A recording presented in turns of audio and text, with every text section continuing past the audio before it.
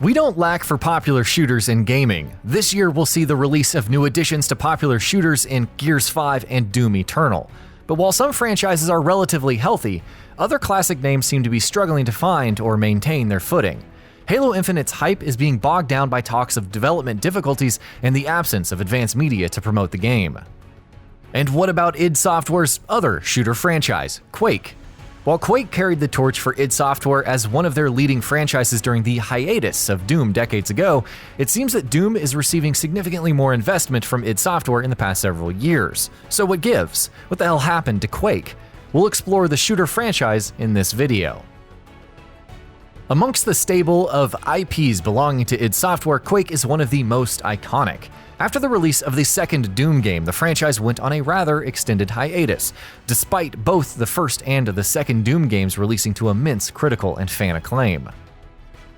It is following the release of those games that Quake would release and enjoy significant success, with Quake originally meant to succeed the Doom franchise when it first released. While Doom pioneered online multiplayer, Quake was still popular for its own online multiplayer gameplay, and during the franchise's heyday, id Software would improve on their own online matchmaking services to better serve its players. The first Quake game would release in 1996 for PC, 2 years after the first release of the second Doom game, whereas Doom 2 was a game that was not obviously different from its predecessor in terms of graphics or gameplay, but still not without differences, especially when comparing the scenario campaigns between the first and second games. Quake was an evolution upon those games. The earliest Doom games already moved quickly, but Quake introduced unique movement options in the form of strafe jumping and bunny hopping. And while Doom was a mixture of 2D sprites for enemies and items in combination with 3D rendered level elements, Quake was a fully 3D game. Enemies, items, weapons, it's all 3D. While it didn't begin as a major commercial success, it still sold well, and releasing to critical, positive acclaim across the board. Quake is also notable for inspiring the first Team Fortress, a mod of the first Quake game. It's through Quake World that id Software also improved on delivering a quality online experience through its players. The first game would be followed by Quake 2 in 1997. Initially, id set out to make a new IP altogether, but what resulted during development was fast-paced action shooter gameplay that already resembled Quake, characteristics that could also describe the type of games that id was most known for, what with Wolfenstein and Doom. Nevertheless, progressing through the main scenario of Quake 2 shows notable differences compared to the first game's scenario.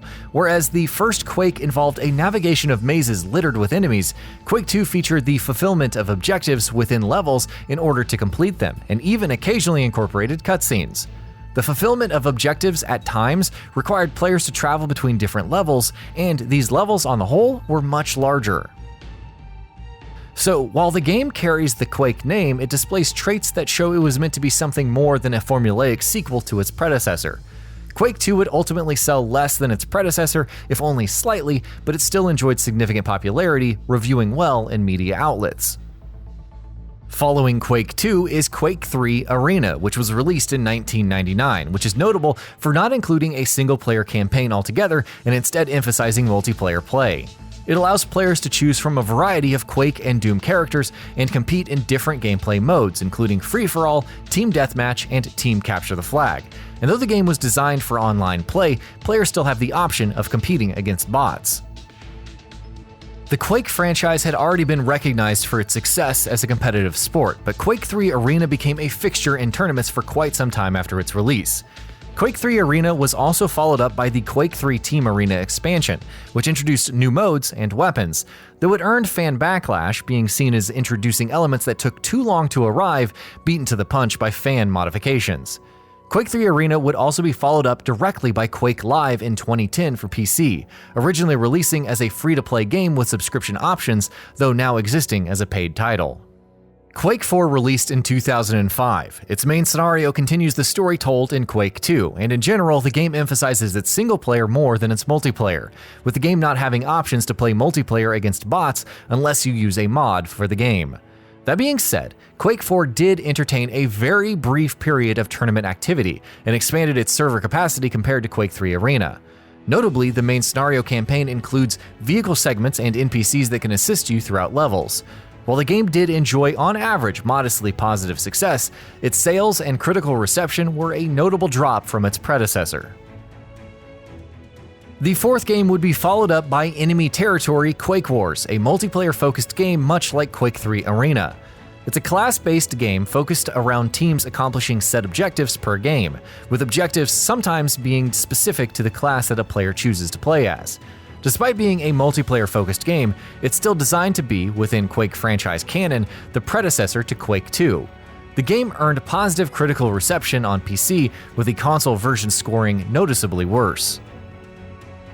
The most recent mainline Quake release is Quake Champions, a Steam Early Access title since August of 2017 and free-to-play since August of last year, though also introducing a Battle Pass this past December.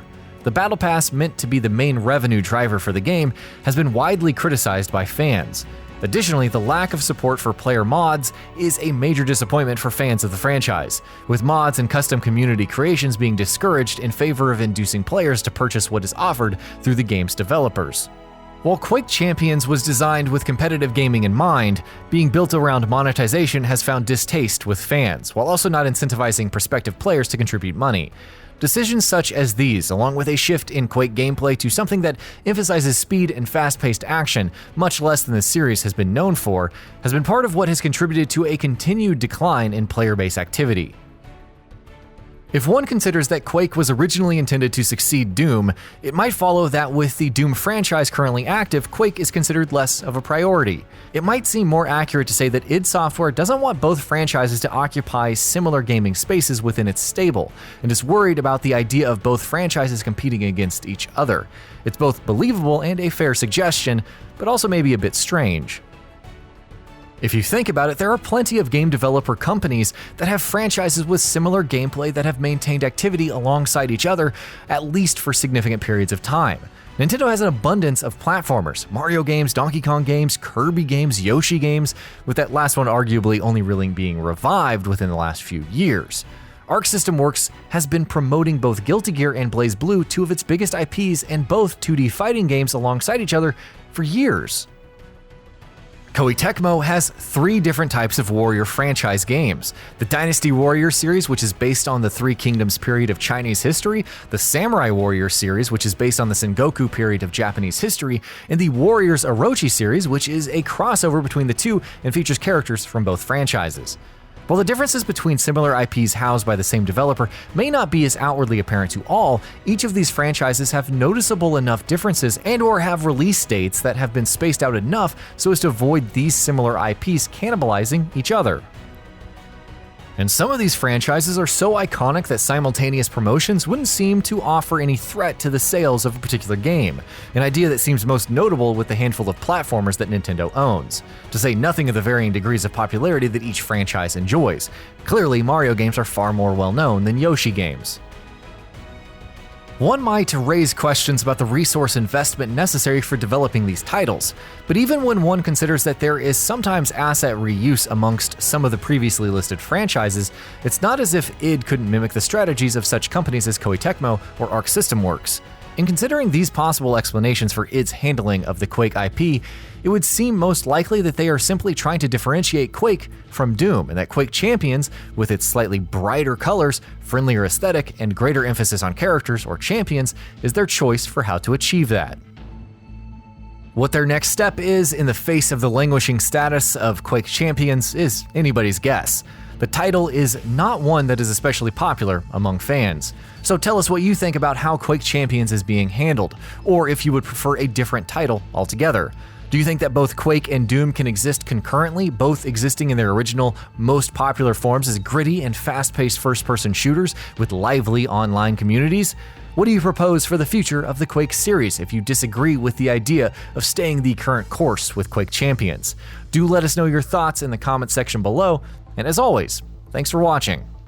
And that about does it for this video. If you enjoyed what you watched and want to see more from Gaming Bolt, you can always hit that subscribe button and turn on the bell icon next to it. That way you will never miss any of our videos.